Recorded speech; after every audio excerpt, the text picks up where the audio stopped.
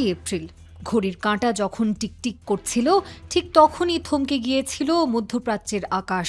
কার্যকর হলো বহুল প্রতীক্ষিত যুদ্ধবিরতি। মার্কিন এবং ইসরায়েলি যুদ্ধ বিমানগুলো ফিরে গেল তাদের ঘাঁটিতে।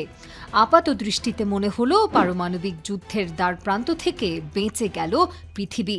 কিন্তু এটাই কি আসল সত্য, নাকি এটা একটা ভয়ঙ্কর ঝড়ের আগের স্তব্ধতা?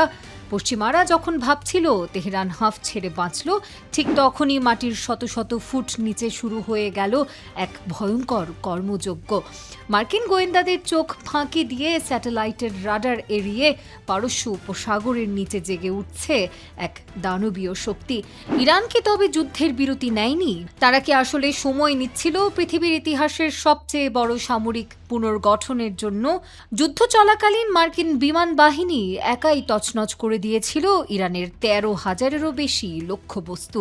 পেন্টাগন দাবি করেছিল তারা ইরানের মাটির নিচে যাওয়ার রাস্তাগুলো বন্ধ করে দিয়েছে।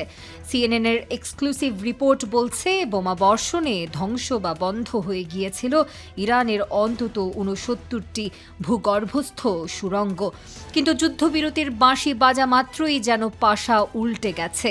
সবার চোখ যখন কূটনীতির টেবিলে, তখন মাটির নিচে গর্জে উঠল ইরানের খনন যন্ত্রগুলো।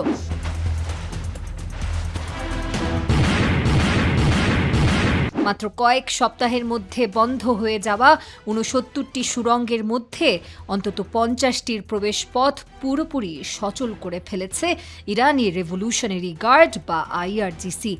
এগুলো কোনো সাধারণ বাংকার নয়, এগুলো হলো ইরানের বিখ্যাত মিসাইল সিটি। মাটির 500 থেকে 700 মিটার গভীরে মাইলের পর মাইল বিস্তৃত কংক্রিটের তৈরি এক একটি শহর, যেখানে রয়েছে হাজার হাজার ব্যালিস্টিক ক্ষেপণাস্ত্র, ড্রোন আর স্বয়ংক্রিয় উৎক্ষেপণ ব্যবস্থা। পেন্টাগনের বাংকার ব্লাস্টার বোমাও যেখানে পৌঁছাতে পারেনি, সেই গোপন শহরগুলো এখন আবার খুলে দেওয়া হয়েছে। পশ্চিমা গোয়েন্দা সংস্থাগুলোর একটি গোপন মূল্যায়ন এখন রীতিমতো ভাইরাল। যুদ্ধের তীব্রতায় ইরানের মোট ক্ষেপণাস্ত্র এবং ড্রোন ভাণ্ডারের প্রায় অর্ধেকই নাকি শেষ হয়ে গিয়েছিল। তাহলে তেহরানের দম্ভ কেন কমেনি? কেন এখনও ইসরায়েল আর আমেরিকার কপালে চিন্তার ভাঁজ?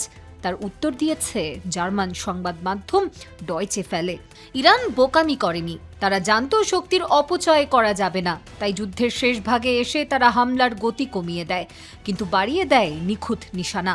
বিশ্লেষকরা বলছেন ইরানের টার্গেট এখন আর সাধারণ কোনো সামরিক ঘাঁটি নয়, তাদের দূরপাল্লার ক্ষেপণাস্ত্রগুলোর নিশানা তাক করা আছে উপসাগরীয় দেশগুলোর লাইফলাইনের দিকে, অর্থাৎ তাদের বিশাল জ্বালানি ক্ষেত্র এবং পানি শোধনাগার বা ওয়াটার ইনফ্রাস্ট্রাকচারের ওপর। যদি এই গোপন সুড়ঙ্গ থেকে ছোঁড়া একটি ক্ষেপণাস্ত্র মধ্যপ্রাচ্যের মূল তেল ক্ষেত্রে আঘাত হানে, তবে এক রাতের মধ্যে পুরো পৃথিবীর অর্থনীতি ধসে পড়বে। আর এই ব্ল্যাকমেইল করার শক্তি ইরানকে দিচ্ছে তাদের অক্ষত থাকার হাজার হাজার শাহেদ ড্রোন আর মারাত্মক সব মিসাইল।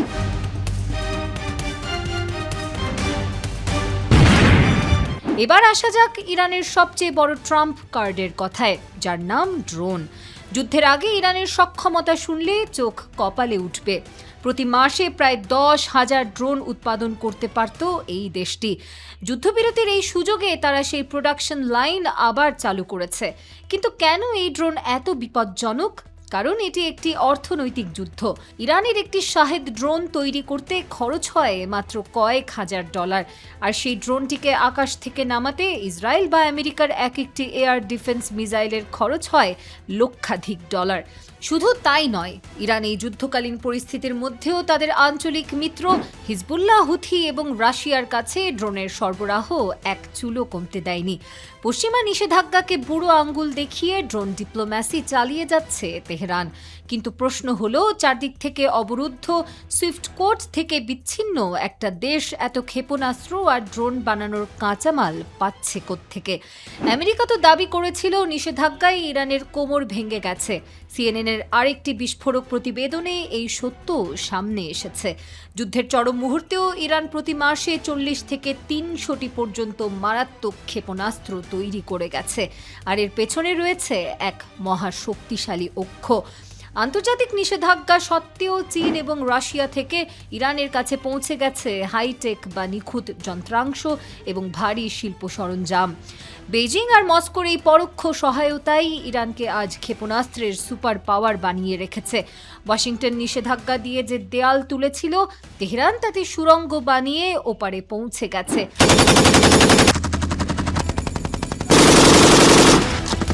তবে ইরানের আসল খেলা শুধু মাটির নিচে বা আকাশে নয়, আসল খেলা সমুদ্রের বুকে।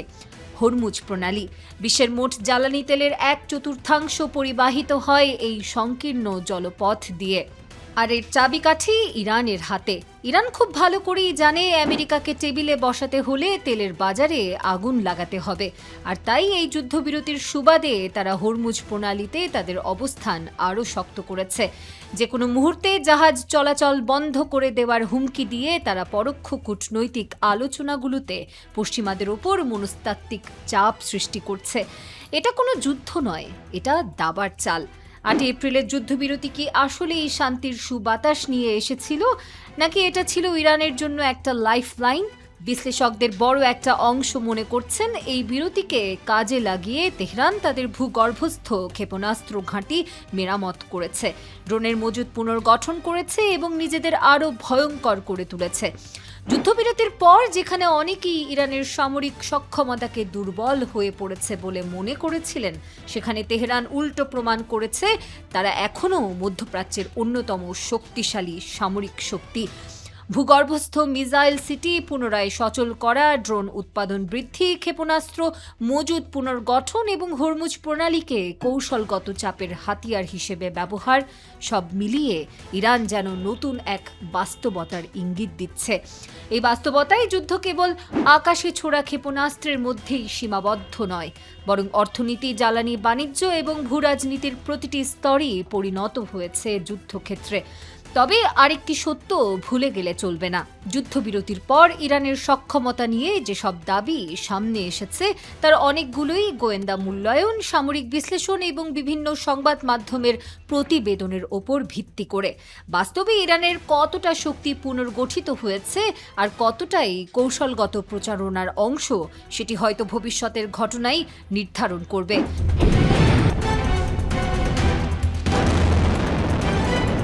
কিন্তু একটি বিষয় স্পষ্ট, মধ্যপ্রাচ্যের দাবার বোর্ডে খেলা এখনও শেষ হয়নি।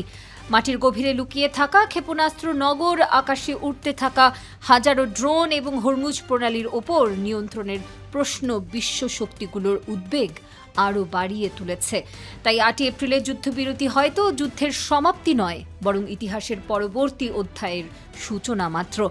ইতিহাস সাক্ষী, আমেরিকা আর ইসরায়েলের যুদ্ধবিরতির চালে ইরান কিন্তু স্বস্তির ঘুম দেয়নি, বরং শত্রুর প্রতিটি চাল নিখুঁতভাবে মেপে নিয়ে নিজেদের আরও সংঘবদ্ধ, আরও শক্তিশালী করেছে পারস্যের এই যোদ্ধারা। তেহরানের ক্ষেপণাস্ত্র সক্ষমতা গুড়িয়ে দেওয়ার দিবাস্বপ্ন দেখে পেন্টাগন যখন মুচকি হাসছিল, ঠিক তখনই মাটির নিচে সুপ্ত মিসাইল সিটিকে পুনর্গঠন করে শত্রুর রাতের ঘুম হারাম করে দিয়েছে ইসলামী প্রজাতন্ত্র ইরান। ওয়াশিংটনের স্যাটেলাইট যখন ওপর থেকে ফাঁকা আকাশ দেখছিল, মাটির 100 ফুট নিচে তখন তৈরি হচ্ছিল মার্কিন সাম্রাজ্যবাদের কফিন। এখন কূটনীতির টেবিল গরম, আকাশ থমথমে আর মাটির নিচে মিসাইলগুলো ট্রিগারে হাত দিয়ে রেডি। এখন শুধু দেখার পালা সামনের দিনে এই রক্তচোষা খেলায় শেষ বিজয়টা হয় কার, হোয়াইট হাউসের অহংকারের নাকি পারস্যের এই গোপন সুড়ঙ্গের।